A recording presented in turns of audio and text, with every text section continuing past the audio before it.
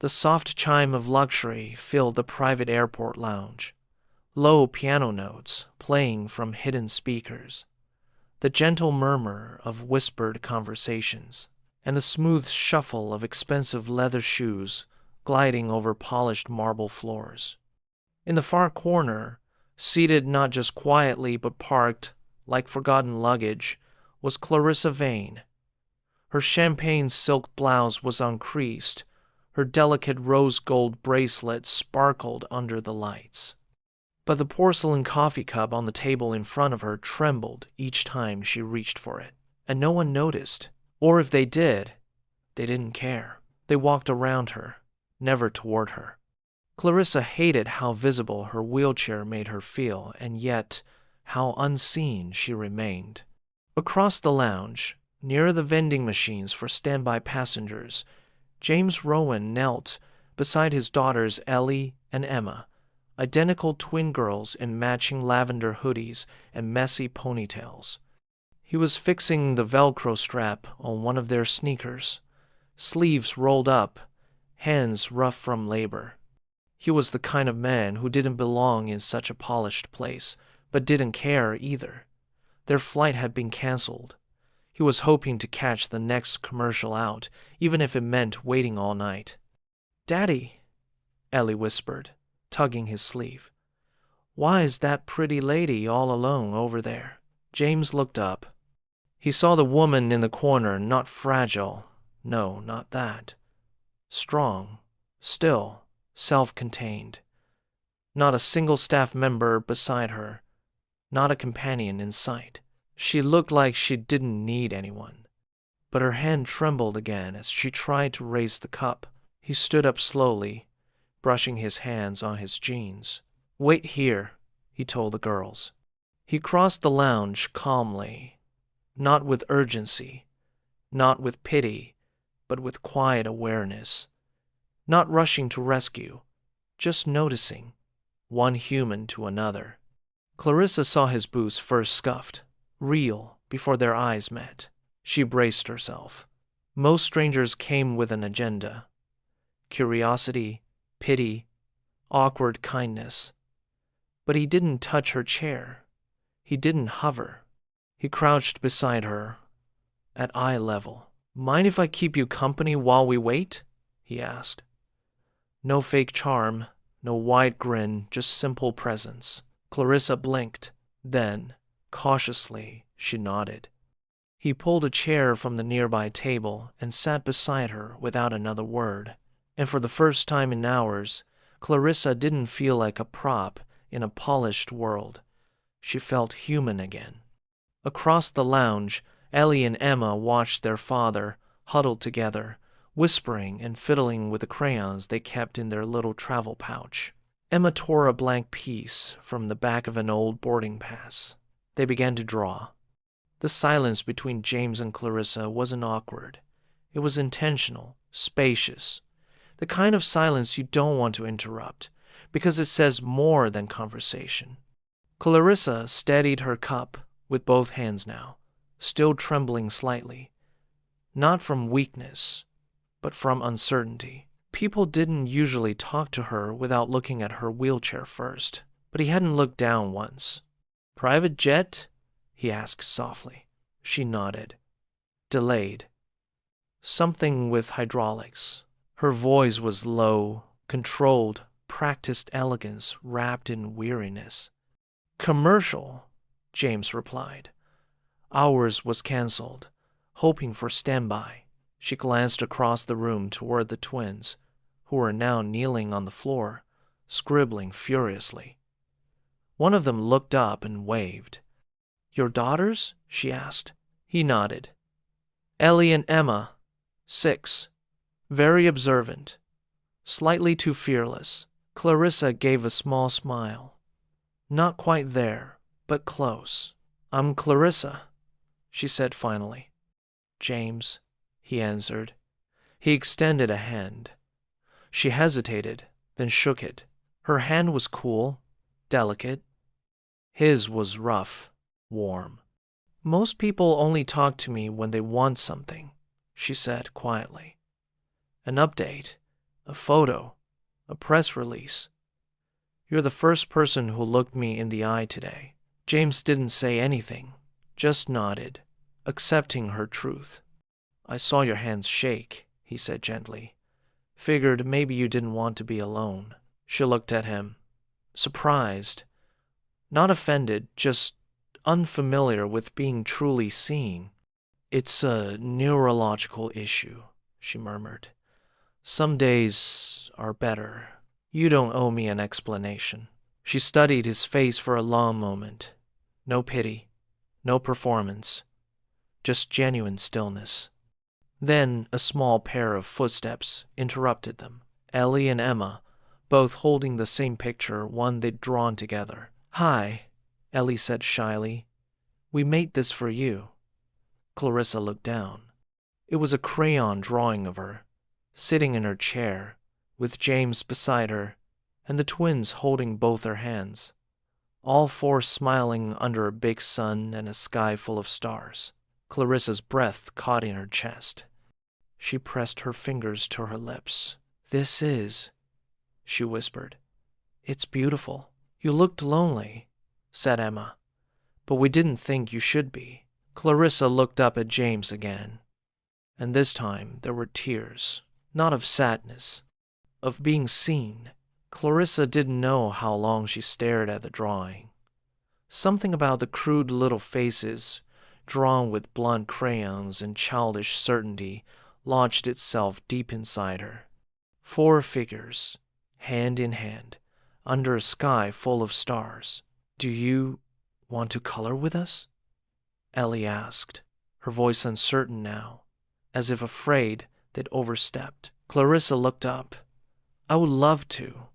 She glanced down at her hands, which still trembled slightly. But I may need help staying in the lines. Emma giggled. We never stay in the lines. That's boring. Clarissa smiled, and for the first time in a long time, she rolled forward toward something instead of away. James watched quietly from his seat as Clarissa joined his daughters on the floor, awkwardly maneuvering herself down to their level. They spread out a stack of coloring pages across the low coffee table and began talking about absolutely everything. What their favorite dinosaurs were, what snack they missed the most on flights, what they would do if they owned their own jet. Clarissa offered thoughtful answers, not the kind adults give to brush children off, but the kind that made them feel like their wild thoughts mattered. Every few minutes, James would glance over, and each time he saw the same thing. Clarissa smiling without trying, the twins leaning closer without hesitation. It was strange and beautiful. She didn't look like someone who was waiting anymore. She looked like she was already home. Later, after an hour of laughter, stories, and scribbled rainbows, the lounge grew quieter. A voice over the speaker announced a delay for James's flight again. Emma yawned. Ellie leaned against Clarissa's chair, blinking sleepily. I think we're all going to be stuck here a while, James said. Walking over, Clarissa looked up at him. So it seems. He gently lifted Ellie into one arm and reached for Emma, who clung to Clarissa's side. Can she come with us to the chairs? Emma asked. She's part of us now. James hesitated. Clarissa didn't. If your dad's okay with it, she said softly. Then I'd like that. James nodded. Let's go. They moved to a quieter corner. The lounge attendant brought a blanket and 2 extra pillows for the twins. Clarissa settled near the large floor-to-ceiling windows. The sky outside had darkened into deep navy. The twins curled up in one of the chairs, using James's hoodie as a blanket. Within minutes, they were asleep. James sat on the floor beside Clarissa's chair, knees bent, arms draped loosely over them. She looked down at him. You're a good father, she said simply. He chuckled. You've only known me for an hour. Sometimes that's enough, she said. The way they trust you, that's earned, not inherited. James looked at her thoughtfully. You were good with them, he said. Like you've known them your whole life. Clarissa looked back out the window. I'd never had children, she said. She paused. I always wanted them. Her voice cracked slightly on the last word. James said nothing. She continued, quietly. I was supposed to. Married young. He was a surgeon. Very polished. Very admired. Her mouth curved into a bitter smile, and very unwilling to stay when things stopped being perfect. What happened? James asked, gently. Car accident, she said. 4 years ago. Wrong turn. Wrong driver. Wrong second. She reached down and lightly touched her leg. Spinal damage. Incomplete. I have some sensation, some movement, but not enough, and not consistent. James looked at her with quiet understanding. No sympathy, just presence. I spent 2 years in rehab. Most of that time, people disappeared. Friends, colleagues, my husband. He stayed long enough for the photos. That's brutal. It was honest, she said. I saw people for who they really were. James was quiet. Clarissa tilted her head slightly. But your girls, they didn't even flinch. They didn't hesitate to touch me, to climb into my space. They weren't afraid. They don't know how to be, James said. They're kids. They love first. Ask questions later. Clarissa smiled softly. I wish I still knew how to do that. James turned toward her. Maybe you just need a few teachers. She looked at him, and for a second, just a second, the quiet between them felt electric. Then one of the twins stirred. Emma, mumbling in her sleep. Is Mommy still here? Clarissa's breath caught. James blinked slowly. He looked at Clarissa. She looked back. I didn't mean for them to. She started. You don't have to explain, he said. But she did. I didn't come over expecting anything. I wasn't looking for this. James nodded. Me neither. I'm not someone who can just jump into a family, she added. And I'm not someone who lets people in easily, he said. So I guess we're both in trouble. That made her laugh, really laugh. Her hand went to her face as she leaned into it. You're dangerous, she said. How's that? You make things feel safe. James smiled faintly. Only if they already want to be. The lounge quieted even more as midnight approached. Flight boards flickered. Clarissa's assistant finally texted. The jet was ready. Mechanics had cleared it. They could leave at any time. She stared at the message, then at the sleeping girls, then at James, who was now nodding off with his back against the glass, head tilted, arms crossed. She could leave, slip away quietly. No need to explain. It was only a few hours, just a connection in an airport. A moment. Nothing more. But it didn't feel like nothing. It felt like the beginning of something she hadn't let herself imagine in years. So she put her phone away and stayed. The next morning, sunlight streamed through the windows. The lounge smelled faintly of fresh coffee. James woke to find both girls tucked under the blanket, and Clarissa still beside them, her head resting on her arm, eyes closed. She hadn't left. She hadn't run. And something in him shifted. It wasn't love yet, but it was possible, and that was everything. The airport cafe was half empty by morning. Early flights began to board. Bleary-eyed passengers shuffled past, and the aroma of fresh pastries drifted through the lounge. It should have felt like just another beginning to just another day, but it didn't. Not for James, not for Clarissa, and certainly not for two wide-eyed girls who'd just woken up with their heads resting on Clarissa's lap like she had always been part of the family. Ellie rubbed her eyes first. Are we flying now? Soon, James said gently. Emma yawned and looked up at Clarissa. You didn't leave. Clarissa smiled. I didn't want to. Ellie leaned closer. We wished for that. Clarissa blinked, then looked to James as if silently asking, what do I do with that kind of honesty? He didn't answer. He didn't need to, because the truth was written in the soft way his daughters clung to her. Clarissa finally spoke, her voice a little rough. Well, I guess your wish worked. Later that morning, as they sat at a small round table drinking hot chocolate and cheap airport coffee, Clarissa's phone buzzed again. She sighed before even glancing at it. Someone important? James asked. My assistant, she said. She's been trying to reach me since yesterday. He nodded. You run a company, right? Clarissa hesitated, then placed the phone screen down the table. Technically, yes. But I haven't stepped inside that building in 3 months. James raised a brow. Voluntary? She gave a dry laugh. Hardly. I had a breakdown during a conference call. Couldn't stop shaking. Couldn't speak. After that, the board voted for a leave of absence in my best interest. James didn't react with shock or pity. Just listened. She appreciated. The more than he could possibly know. I told myself I needed time, Clarissa continued.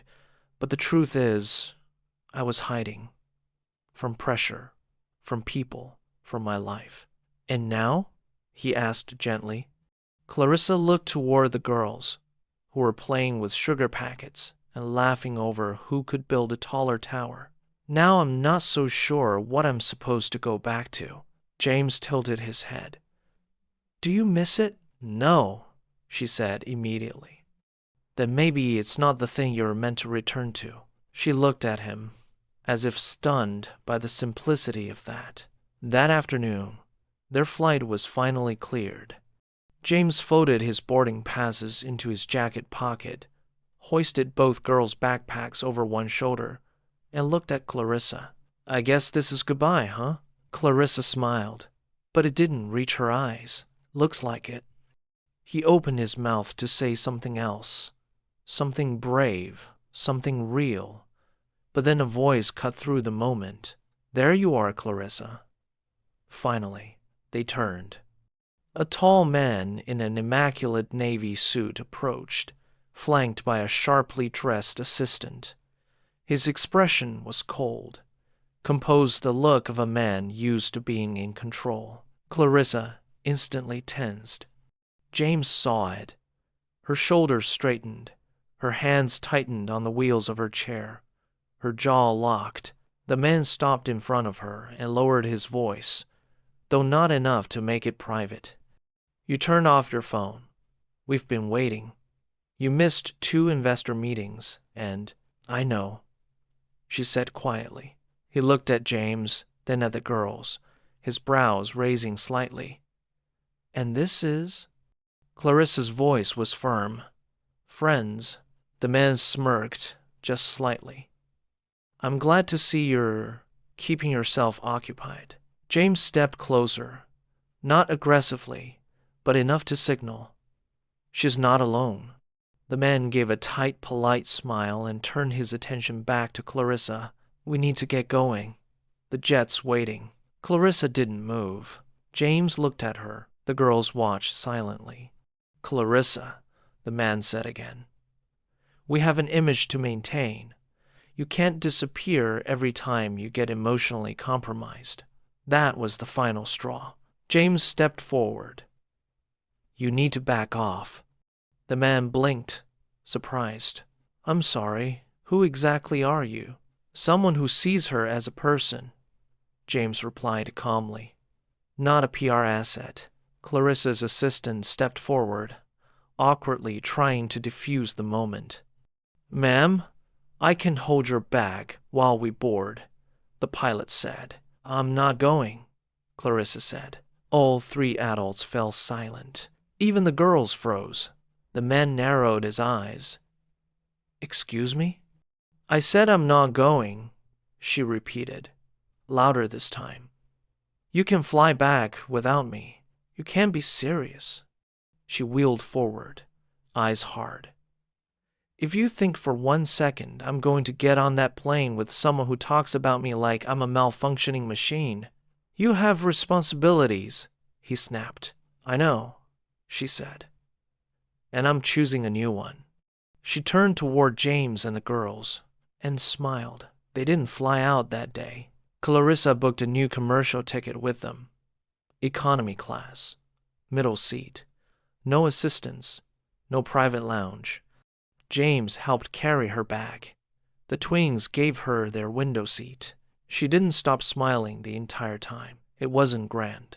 It wasn't dramatic. It was just real. And Clarissa had never felt more grounded. That night, back in their tiny rented Airbnb apartment near the coast, the girls crashed early. Too much excitement, too many airport snacks, too much everything. James and Clarissa sat on the floor in the living room, backs to the couch, a half-eaten pizza box between them. You really didn't have to change your flight, he said softly. I really did, she replied. James looked at her.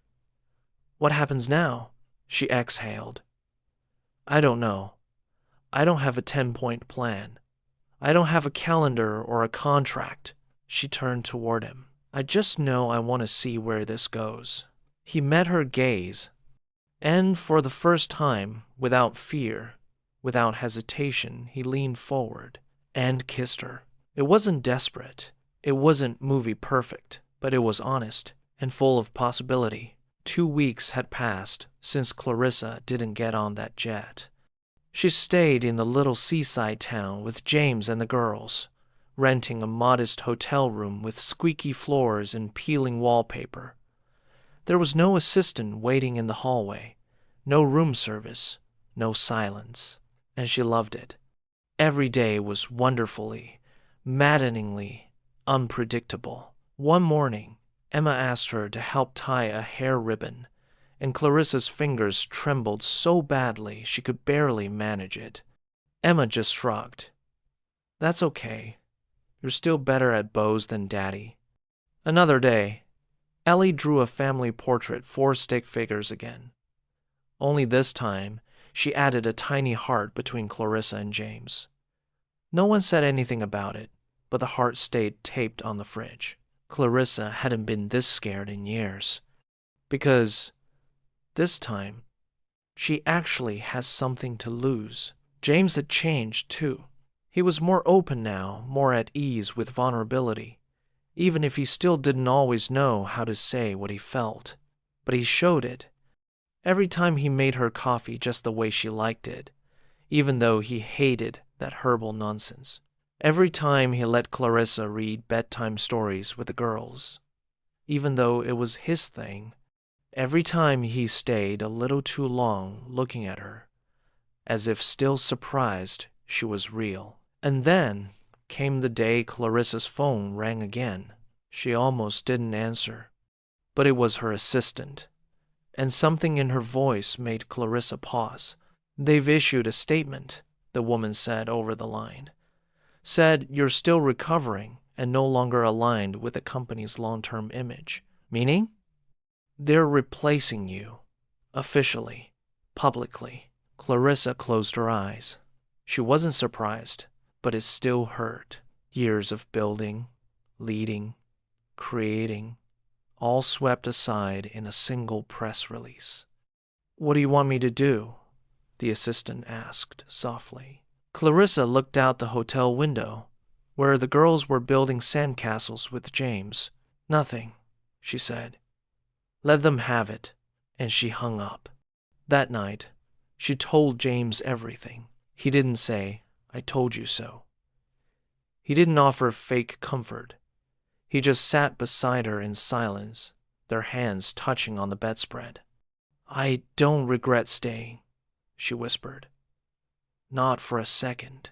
I know, he said, but it still feels like I've failed. You didn't fail, James said gently. You just stopped pretending you were okay. She turned to him. What if I never build anything that successful again? James met her eyes. Then you'll build something better. The next day, Clarissa sat in a quiet bookstore cafe while the girls browsed through picture books with James in the next room. She stared at a blank notebook page in front of her. No logo, no strategy, no audience. Just blank space. And she began to write. It wasn't a business plan. It wasn't a speech. It was a list. Things I want to build now. 1. A home with warmth instead of walls. 2. A routine with chaos and laughter. 3. A garden, even if I can't kneel to plant it. 4. A partnership that doesn't need fixing. 5. A family, with 2 girls who never needed me to be perfect, just present. She looked at the list for a long time, then tore out the page, folded it, and tucked it into her purse. That evening, they watched the sunset from a bench near the cliffside. The girls had fallen asleep in the car, so James and Clarissa were alone. "Tell me the truth," she said suddenly. "Do you see a future in this?" He didn't rush his answer. "I see one," he said finally. "But I didn't, at first," she nodded. "Because of the chair?"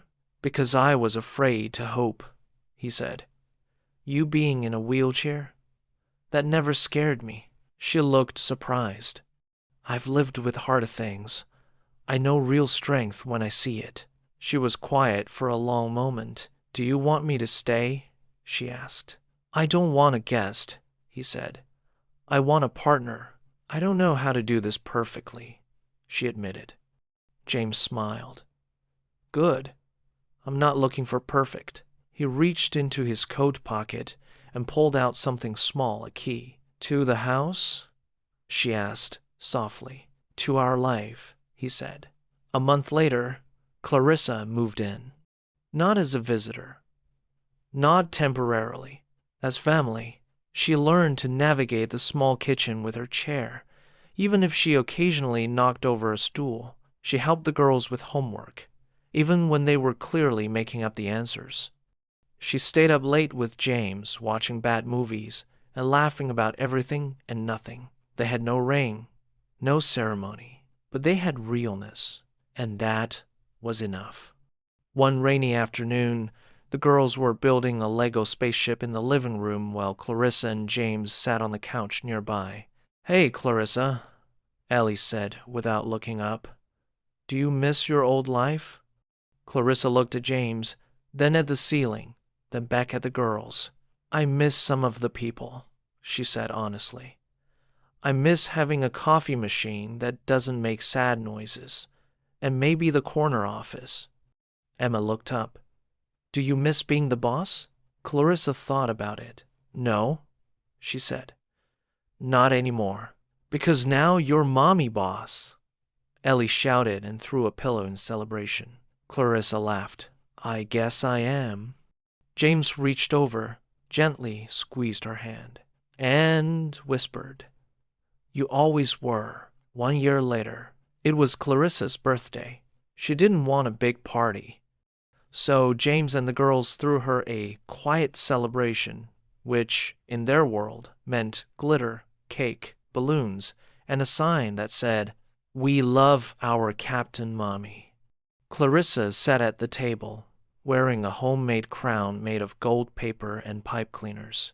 There were no press photographers, no shareholders, no headlines, just a family, one she hadn't been born into, one she hadn't earned through titles or achievement, one she had chosen, and who had chosen her. As the girls sang their own chaotic version of Happy Birthday, Clarissa closed her eyes, and for the first time in her adult life, she didn't wish for anything, because, finally, she had everything.